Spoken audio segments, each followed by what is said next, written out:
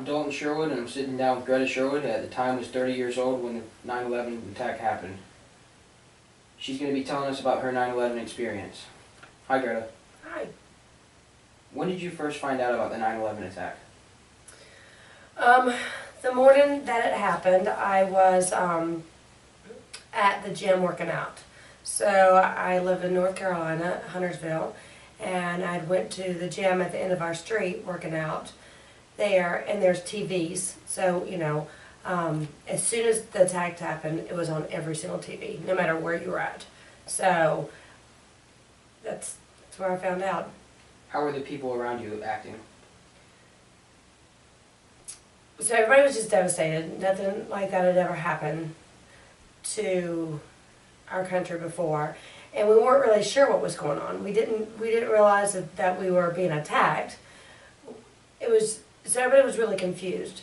But everyone immediately just stopped working out and went and just stood right at the TVs to find out what the news was saying about what was going on. Wow. So how did it make you feel about the security in our country?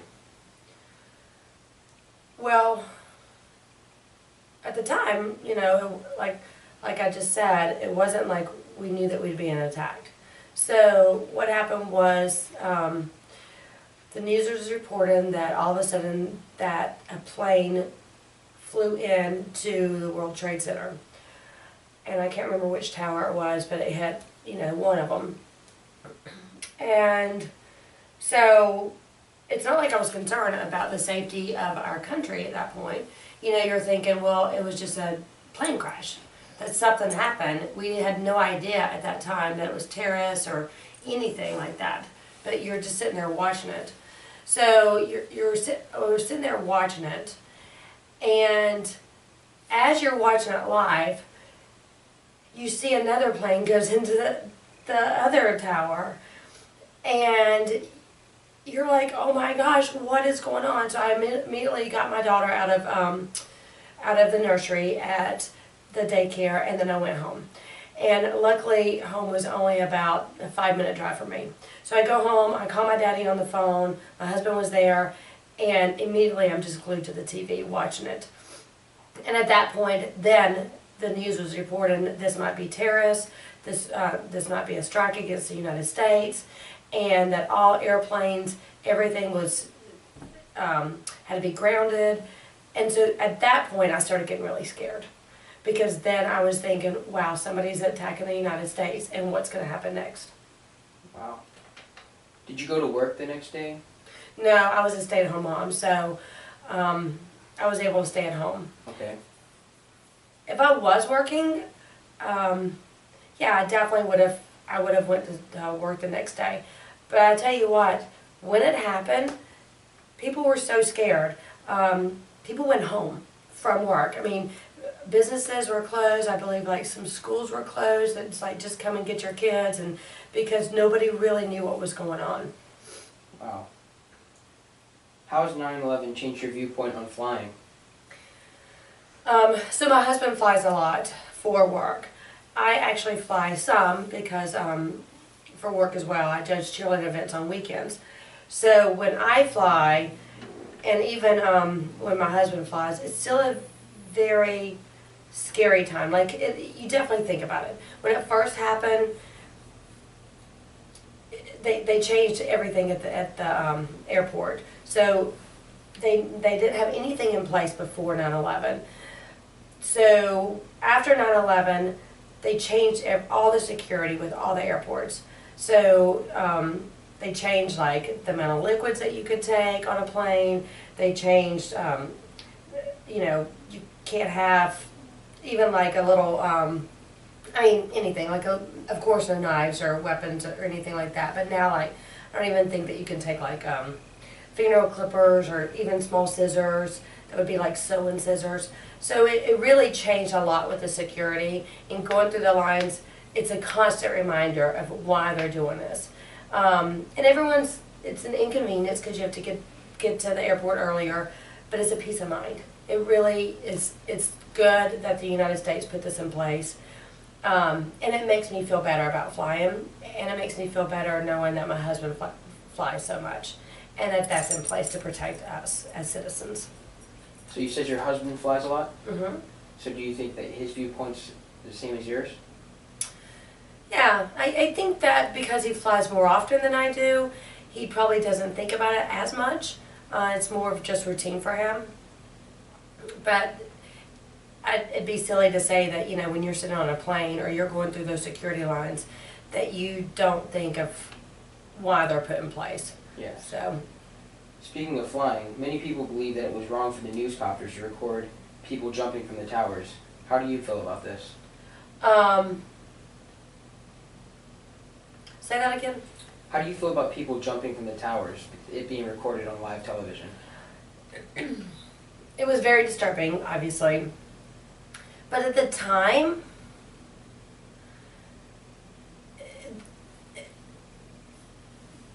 New York was going through so much, and the whole country was going through so much. So it wasn't just watching live people jumping out of the windows, trying to get to safety.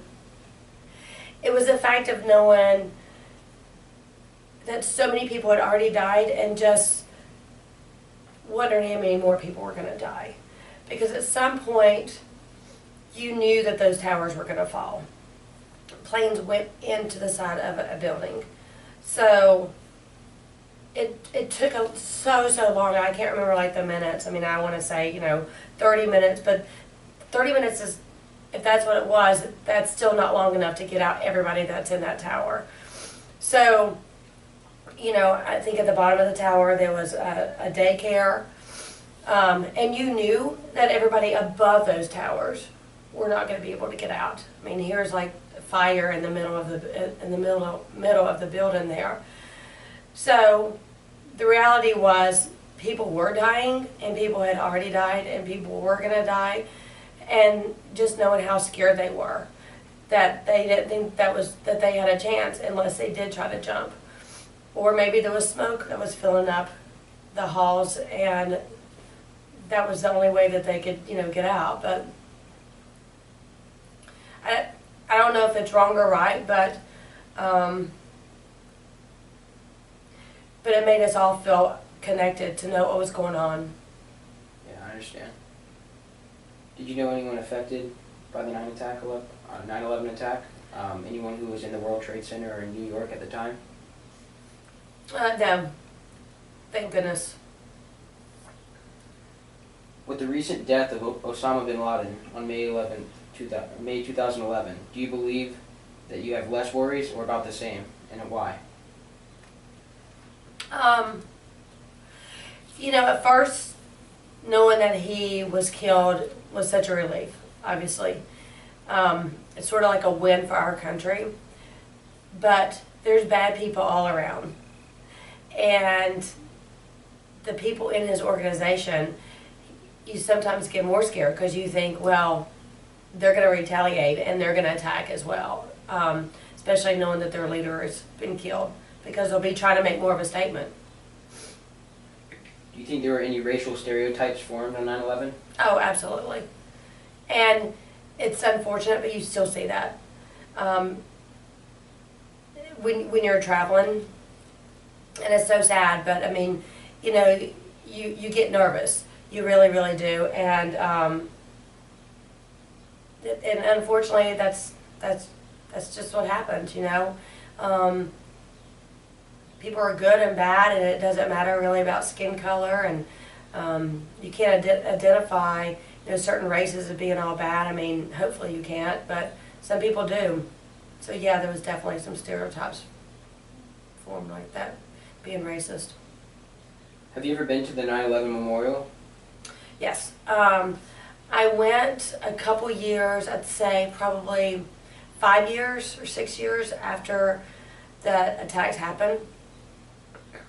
It was so sad. So sad. I took the subway in, so you have to remember that the subway, everything collapsed with all of that, with the towers collapsing, and they were destroyed. So